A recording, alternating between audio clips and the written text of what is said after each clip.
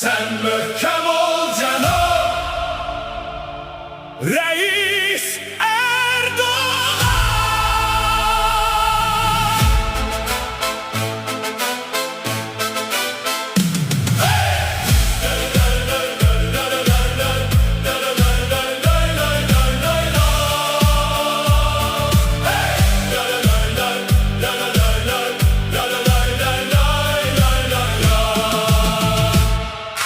Sen Türklere Tanrı'nın bir payısan, milletinin damarında kanısan. Durmaz zaman pis gününü anısan, seninle ilk yanındayız kana kan. Sen mühkem ol Cenab Reis Erdoğan.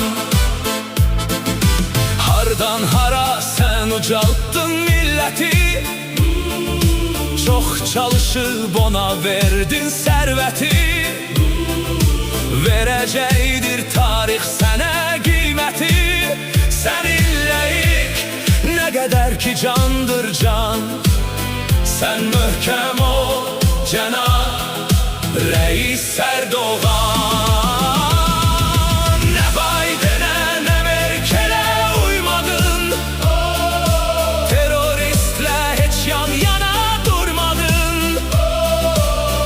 Çalıştın bizi yolda koymadın, seninle ilk eyni yolda biz her an. Sen mühkem ol Cenab Reis Erdoğan. Davos bile o zirvene çatmadı, bayrağını ayaklara atmadı. Bayraktar var şoku gece yatmadı, seninle ilk gecelere ol heyan. Sen mühkem ol Cenab Reis Erdoğan.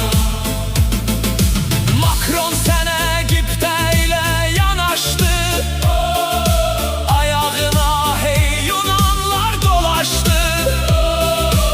Azerbaycan sana kiçik kardeşti, seninle ilk kardeşine arkalan. Sen mühkem ol Cenab Reis Erdoğan. Tek koymadın ne Uygur'u Tatar'ı, düşmenlerin yok gayreti yok arı. Hainlerin çoktan ötüp Katar'ı, seninle ilk bir bedende iki can. Sen mühkem ol Cenab Reis Erdoğan. Şaştırmışsan sen bu koca dünyanı, özge git bele cesur Erhan'ı. Bəxşedirsən bize büyük Turan'ı, seninle ilk ey Turan'a ermağan. Sen mühkem ol Cenab Reis Erdoğan.